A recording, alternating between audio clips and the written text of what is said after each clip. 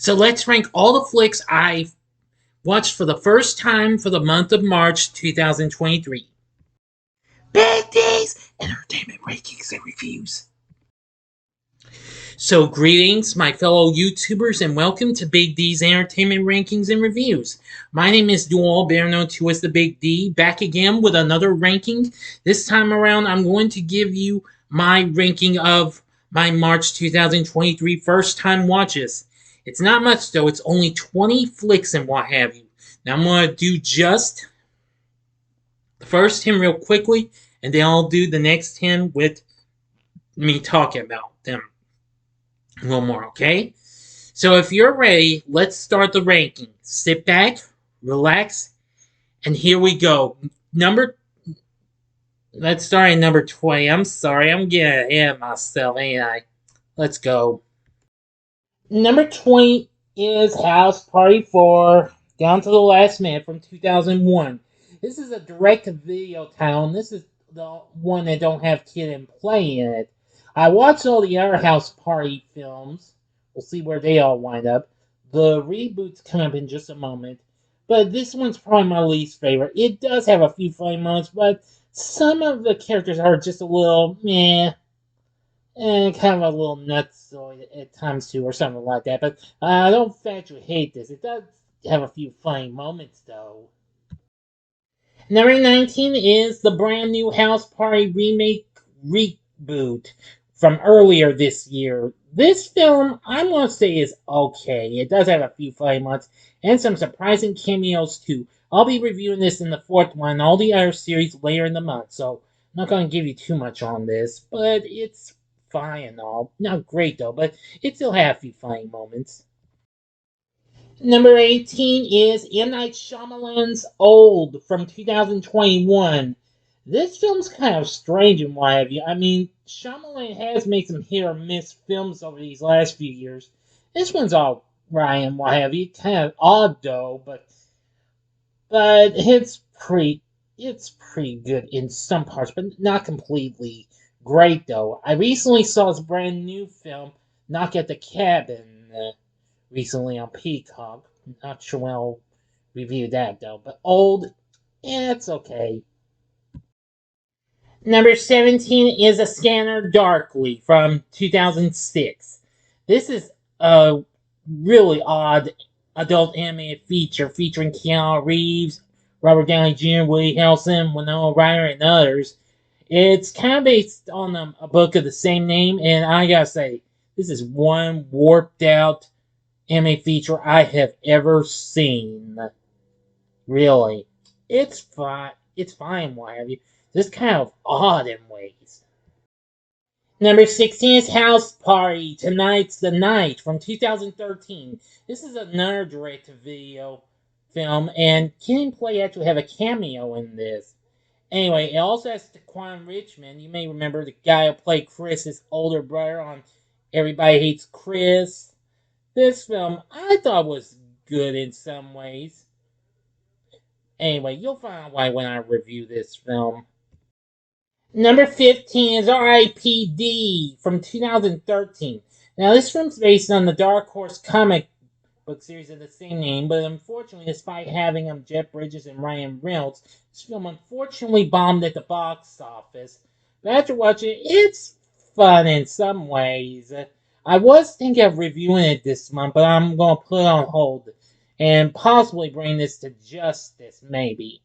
It did get a brand new sequel, which is streaming on Netflix. I might look into it. But anyway, R.I.P.D., it's kind of a little weird, but fun in some ways. Number 14 is Murder Mystery 2. Now, this is the follow-up to the movie of this, well, the first Murder Mystery. Adam Sandler and Jennifer Aniston are back. I was supposed to give y'all a review of this not so long ago, and, well, got into a bit of an issue and what have you. But I'm going to try and make up for lost time and review it later in the week. Stay tuned for it. Number 13 is House Party 3 from 1994. Now, this did okay, but I had a lot of fun watching this. Kid and Play, once again, great. We have a cameo from TLC. Bernie Mac's even in this. Anyway, You'll learn more of my thoughts of this when I review it. This film's absolutely pretty funny. Number 12 is Cobra from 1986. This film is pretty cool, Will Sly himself. I will say, this is a pretty awesome movie. And after I see my friend Julie Cassidy show us off, from Let's Talk About Movies and stuff, Let's Go, Let's Grow.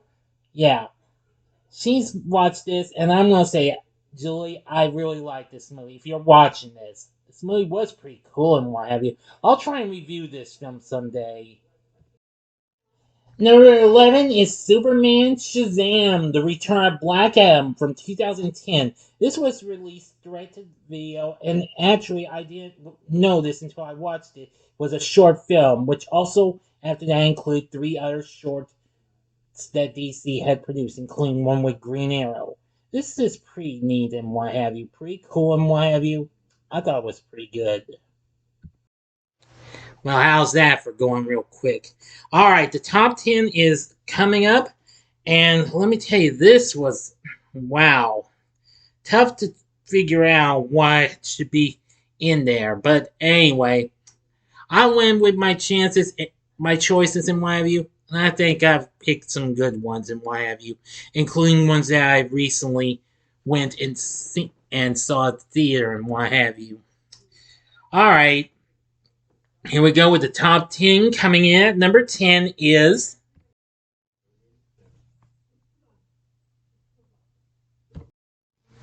the Banshees of Inisherin, or however you pronounce that, from last year. This Academy Award nominated film, well, I kind of was a wee bit interested, considering it was up for so many Academy Awards, which is why I decided to bring HBO Max back to the streaming environment of mine, and well, I watched it, and it wasn't too bad. Brendan Gleeson and Colin Farrell, they're back together after appearing in a film that was done by the director of this film, which was, let's see, Martin McDonagh. He had directed the film in Bruges in 2008. I haven't seen it, but I have heard of it, though. But anyway, this film's absolutely really twisted in some parts, especially with Gleason's character. Really, wow. Well, you see, I haven't reviewed this film, so I'm not going to get into too many details on it. But I think this is one flick you gotta check out: The Banshees of Inisherin, or what have you. How the heck you pronounce it? I apologize, everyone, if I mispronounced it. Now, coming in at number 9 is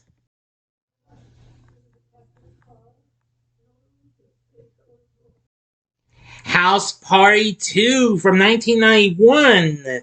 This film's pretty fun, what have you. Again, like the first one, which is still ahead, Kid and Play are absolutely really funny and what have you. This is why it's called the Pajama Jam. And I will say it's absolutely very, very funny. You'll hear more of my thoughts when I review this film later in the month. House Party 2, absolutely, really a funny flick. Now, coming in at number 8 is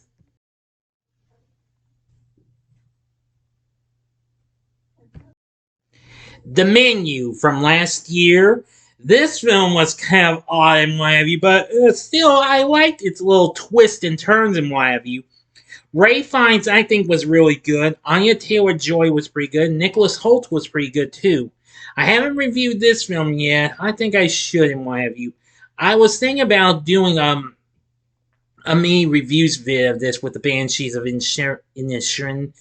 Possibly you'll get it sometime down the road.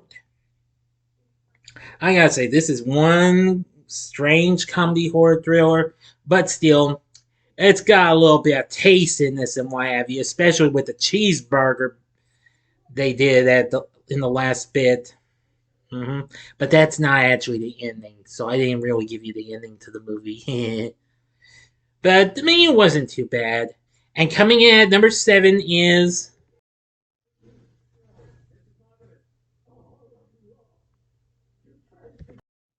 the original House Party from 1990. Now, for years, I've always wanted to see these films, considering I knew of Kid and Play a little bit in my view, but not a whole lot. I gotta say, this film's absolutely very, very funny. Kid and Play were just awesome. I'll tell more about this when I review the franchise, like I've said before. House Party, it was a lot of fun. I really did enjoy it. And coming in at number 6 is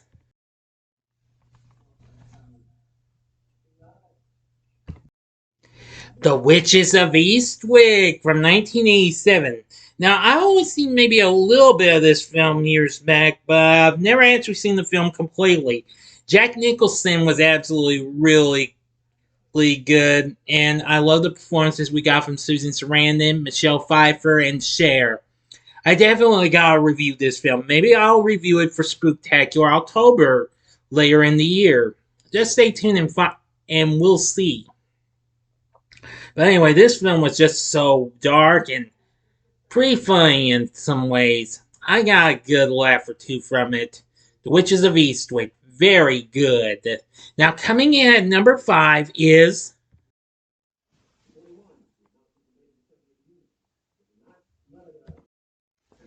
Terrifier 2 from last year. Damien Leone once again does a great job in directing this, and this is a big step up from the first film.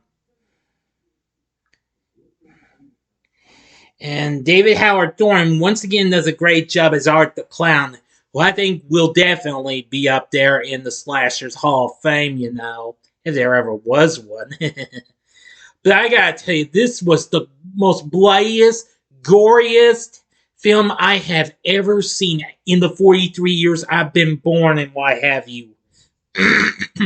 Seriously, I'll review this film along with its predecessor this October for Spooktacular October. Be ready for it. Yeah. Next, coming in at number 4 is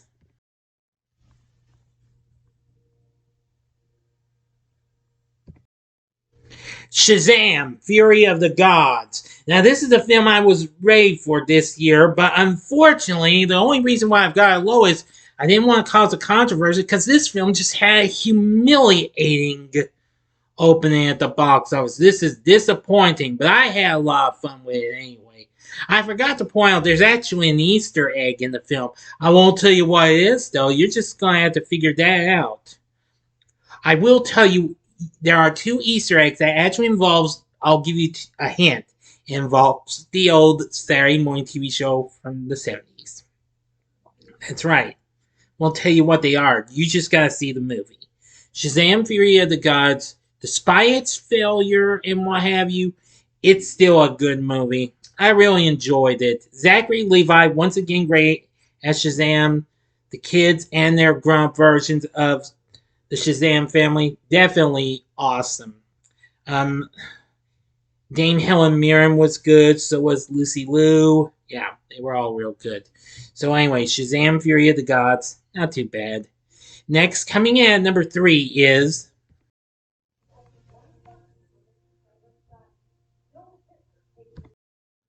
Creed 3. Now, this was even better than the previous one. Again, well, despite not having old Sylvester Stallone in it, but he was still involved as producer. Michael B. Jordan still does a great job as playing the titular character, and also with his direction of the film. Tessa Thompson was really good, and even Jonathan Majors, after recently appearing in Ant-Man and the Wasp: Quantumania.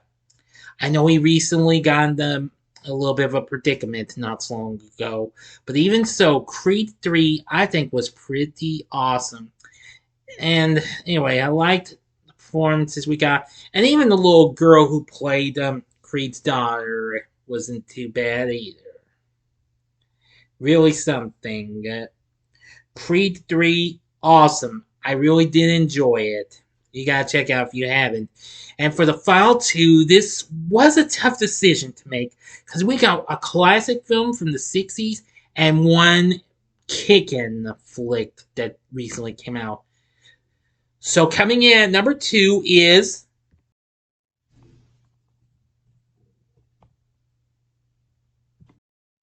Breakfast at Tiffany's from 1961. Now, I've heard of this film before, but never saw it before, so I decided to check it out since it was on Paramount Plus. I gotta say, I think I made a good decision. I loved it. It was very good.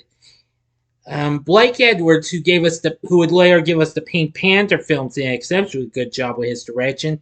I love the performances from Audrey Hepburn, George Papard, and the others, and what have you. And Henry Mancini's score for the film was absolutely good too. But I'm trying not to get too far ahead of myself. I will review this film later on down the road. I don't know when, but I will. I had a lot of fun with Breakfast at Tiffany's. It turned out to be more amazing than I had anticipated and thought too.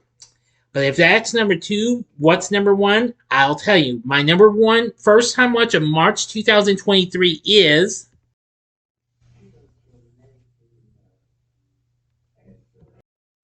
John Wick Chapter 4. Now, I thought this film, I felt bad that I had I had Shazam on top of the films I wanted to see this year ranking, but I felt like I was wrong. This film is awesome and kicking. This is even more awesome more awesome and more action packed, and I don't know what have you than as much as the others were. And considering its runtime, I've just got to say this was so bloody awesome. Keanu Reeves, once again, great job as John Wick. Everyone else was pretty good too. If you have not seen my review of that film, you need to check it out. I think you'll enjoy it. John Wick Chapter 4. So much action, so much cool stuff, so much awesomeness, etc., etc., etc. So, what did you think of this ranking? Which film was your top first time watch of March 2023? Please feel free to let me know in the comments section below. If you like this video, consider clicking the like button, subscribe, and be a part of the Big D Nation. And join me later on tonight when I review Planet of the Apes, the original classic itself. So if you like this, consider checking out my reviews for these films I just mentioned that are in the top 5. In the upper left-hand corner is my review of John Wick Chapter 4, and yes, all these are spoiler-free. The upper right-hand corner is my review of Creed 3, and the bottom left-hand corner is my review of Shazam! Fury of the Gods. And the bottom right-hand corner is the button you can click to subscribe. If you like rankings and reviews on movies, TV, music, video games, etc., then I'm your guy. Thanks for watching. Until next time, I'm the Big D saying, see ya.